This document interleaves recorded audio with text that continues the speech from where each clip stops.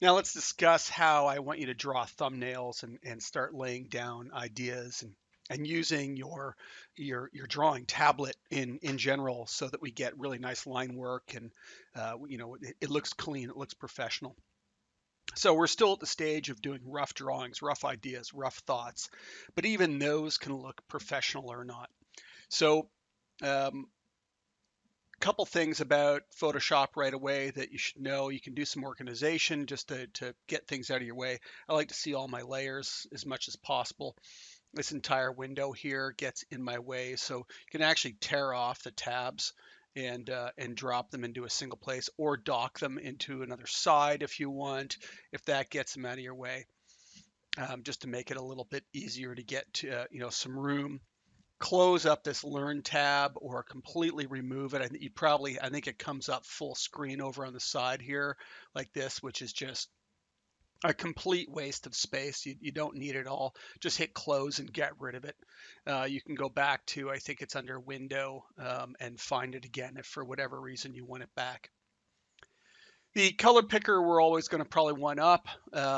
The RGB color sliders I don't find very good. Most applications these days have got a better one, and Photoshop finally added it a couple versions ago. If you click on this little hamburger menu is what they're actually called, and it says color wheel here, and they finally added this, which is fantastic because that's a proper color picker in our business. And so I always tend to default to it as well. And so we've got a bunch of reference going here. Again, I can just turn off that one reference group to get rid of it. I'm going to skip down to thumbnails, and I'm going to start a thumbnails layer. So I'm going to hit the layers button down in the lower right corner here and get a new thumbnail going. I'm going to make my color black for now and just draw completely in black. Um, but I also might want to, because I don't like looking at a white screen, and I don't like looking when I'm drawing. I tend to always draw on colored paper and stuff to start with. So I'm actually going to go take the color and just make it a sort of a gray tone of some kind. And then fill the background with it. And you can fill the background real easy. Again, you could go into your tools here and where I forget where it is. I think it's under the gradient ramp, and you can use the paint bucket, which is G as a keyboard hotkey to get to the tool, or you can use two others that are good. So Control Delete will fill with the background color. Alt Delete will fill with the foreground color.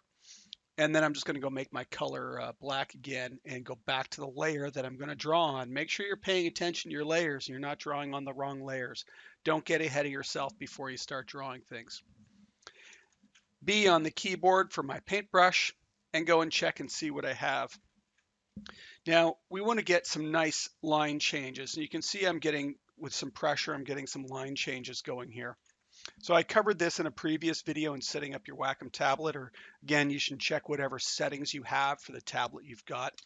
I'm going to use my square bracket and just make it larger, and I should be able to get nice lines. Now, you can see as I get thin here, I can't get super thin, and that's because I actually have to change my Wacom tablet settings when I go over to other applications, because it doesn't want the pressure sensitivity. So I could actually set it up specific to Photoshop, and I probably really should. I just haven't. So you can see my tip feels back down to normal. I'm going to stick it near the top, or maybe the second one. And then we're going to draw again. Now you can see I can get super thin line as I just lightly touch the screen. And then I can get thicker and thicker lines as I lean on it. So even if I increase the size of the brush now, I can get almost non-existent lines, just barely touching it. And then I can just lean on it and get this really nice thick line.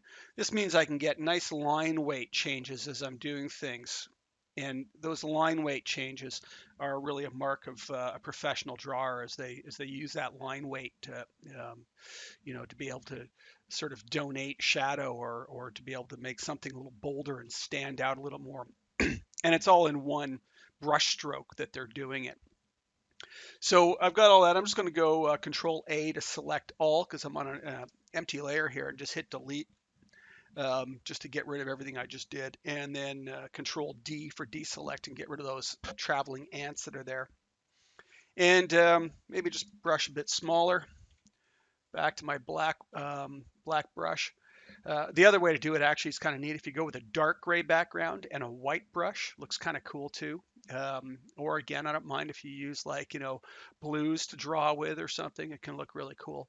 And just, it's again, it's about selling your ideas. Now you can also zoom your screen here and zoom it in and out, and pan it around and whatnot. So let's do that. So a couple hotkeys. Again, you could go find the zoom tool. If you're constantly reaching for tools and constantly trying to open menus, you're slowing down and taking yourself away from what you're actually trying to do, and that's draw. Your left hand should be on your keyboard, or again, if you're drawing with your left hand, your right hand should be on your keyboard at all times. So there's a couple of tools. One, spacebar gets you a pan, which won't pan right now because it's kind of snapped into it. But if you go Control Space, it gets you a zoom tool that you can zoom. And then your pan, once you're zoomed in, will allow you to pan around. I don't know why they've done it that way, but that's the way it is. Okay. The other one you can use is R. If you hold it down, it won't. You can just use it right away. You don't have to sort of move into that tool completely. And when you let go of it, it'll go back to your paintbrush. If you tap it once, it'll stick you in it, and then you'll have to go back to your brush. That works. Goes for all the tools. If you just hold the hotkey down, it's active as long as you sort of do your thing right away. So I can go into my rotate tool and rotate my canvas, just like rotating a pad of paper that you're working with. And so you're going to want to do this a lot. If you want to get it snapped straight again, hold down R and shift at the same time, and you'll now notice that it snaps between angles, and you can get it straight again if you want. So we've got Control Space for our zoom, and we've got R for rotate, and Shift R for snapping as we do it. And we've got our space bar for our panning. Okay. So starting to draw then with our brush, let's concentrate on nice smooth actions, and trying to create clean lines. Now, some of you, I've seen you've been posting your work, and that's fantastic. Love it. Your idea of perspective is very wonky. We'll get there. We're going to cover perspective very soon and start understanding how to doodle in perspective without having these wonky perspectives and stuff. Okay. But right now, for these doodles, I'm not expecting that. These quick down and dirty sketches and thumbnails, this is getting ideas down quickly. And so we'll get there with other things. So we're going to go back to our reference, just pop our reference on, try and figure out what we're doing. I'm going to do something closer to this guy here, I guess. And let's keep going back to that. And so let's do it in just nice, clean lines. I'm not even worried too much if they hit with each other completely. But you can see that I've got these clean lines going. What's nice is Control Z will undo everything. So if you do a line and you suddenly decide, oops, I don't like it, just undo. There's nothing wrong with undoing. So I'm going to go real forced perspective on this. They're not even connecting completely. That's fine. I like that little window that was in the front with the what do you call it? Bars on it. I thought looked kind of cool. We'll give it a little frame around the outside here. It's going to have some thickness, and then of course some bars in here. And probably some thickness in there as well to give it thickness. It's going to need some thickness on the outside. So how are things constructed? I'm amazed the amount of time I get boxes that are impossible, that they can't actually be constructed as they're shown. Go back to your reference. This is what this is for, and take a look at how they're done. Now, something to note. Using a reference of, say, from a video game or something else, somebody else's drawing, is fine for certain things, but sometimes they're not going to be true to how things actually are in the real world because they didn't do it properly, and now you're copying what they didn't do properly. So you should always go back to real reference and understand how real things are built so that you're not making those same mistakes. So I'm going to go in and give this some sides here, so posts holding it up, and like framework. And of course, they're going to need thickness. So I'm going to give that one. We're not going to see the thickness on this one. The bottom one that goes across here, we will see the thickness on. And you can see I've got this extra line. Right now, you really don't need to worry too much about that. But if you want to set it up, we could. So I'm going to hit E for my eraser, take my size down, and clean that up. And something I've noted in other tutorials, I'm making sure that I use hard brushes all the time. I'm always going up to the brush settings and making sure my brush is hard. Do not use a soft brush ever. Okay, guys, just don't do it. So back in my brush, it's set on a hard setting as well, completely hard. All the drawings that I've posted that I've done, they're all done with hard brushes. Absolutely no point in time if I used a soft brush on any of that stuff. So, that's giving it frame. It suddenly starts giving it dimension, right? I'm going to put this one in here, and looks like that one overlap a little bit. Maybe I should have made that other piece smaller. So, okay, well, let's make it smaller if we wanted. So I'm just going to undo. This piece is too big. So what we want to do then is go to our lasso tool here. And again, we can check the hotkey on that real quick. It's L, makes sense. I'm just going to lasso that chunk right there. Control T. I'm going to scale that down and just move it in a bit more. I think it needs to be smaller. Again, I wouldn't worry too much about this on your sketches. Do it down and dirty and fast. I'm just trying to get you some tools early on how to do things. B back to our brush. I said B.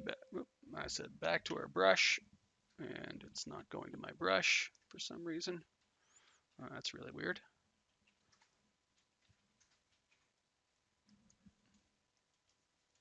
There we go. And again, I might want to zoom in on this. If you have a touch tablet, and this is a touch tablet that I've got here, so you can see it. I've just turned it on the Cintiq. I can turn it on and off. Yours probably can't too. My Surface Pro is all touch and everything, and it's kind of nice, but I find it does get in the way. But make your drawings as big as you can while you're drawing. Don't draw little tiny things in the corner. Expect to be able to draw on them. So you can also rotate them as well, just with the touch and the zoom. So make sure you start doing that. I like the touch. I find sometimes on the Cintiqs, the touch is almost too sensitive. It requires the mouse tip to become active, and then it won't initiate the touch. But if you put your hand down first and the mouse tip doesn't become active, it'll suddenly want to start doing things with your hand. So you got to be a little careful of it. Yeah, that little extra line I just made there? Yeah, it looks like some cracks. Let's just make the brush a little smaller and do some cracks there or whatever.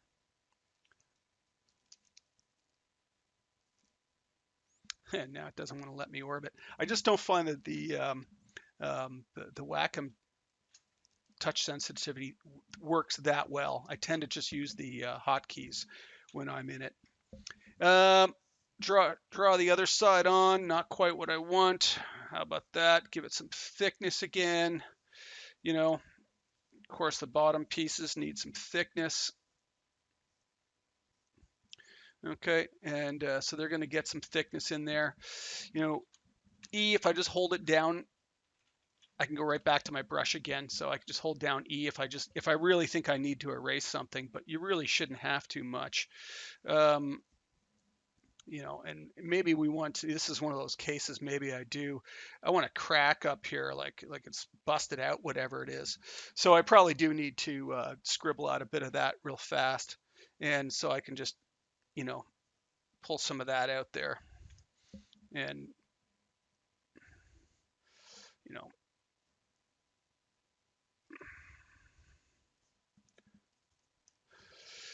so there you go. Here's the other one that I don't, that I get frustrated with is construction again. Maybe this has got a top on it, but what's holding your box together? How is it actually held together? So we got a box going, but I see nothing that's actually, holding it together. It's just pieces of wood at this point. So again, let's stick in some, nails or whatever else. Let's stick in some elements, looks like screw heads or whatever. Right now we're just sketching ideas, so they don't need to be fancy. They just need to be, sort of in there. Maybe some knots in the wood. Maybe we want a broken bit of wood or chip out of it. So I'm going to erase a bit and put a little, curve in there for some of that. Again, maybe we want one over here to just, break up some of the lines. I'll do one over here as well. Looks kind of cool. And again, maybe some, maybe a hole in an actual hole in here. That would be make that all black. So, and we're starting to get, you know, uh, a box that's starting to look like a box. Maybe this has got a bottom piece to it. And then of course this was all black in here as well. Good enough. So I want these clean, simple lines as you draw, and I want you to think through these things. Now, once we have this, this might be large. I don't mind if you use multiple layers, but once you've got that layer drawn, you could easily go ahead and resize that layer and do whatever you want on it. Now, here's one of these cases where the auto select doesn't work very well. I've gone to my selection tool and I try and click on something and it won't move it. It's because I'm picking through to the background. You'd have to hit an actual line to do it. So you might want to turn off this auto select. And I might want to just make it smaller. So Control T, I could just tuck it into a corner, whatever else, enter. I would go to another layer right away and then start your next one on a new layer. That way, you totally mess something up. You just got a layer you can delete. So keep them fast, keep them down and dirty. Try and make them as kind of detailed as you need, but scribble fast, really, really, really fast.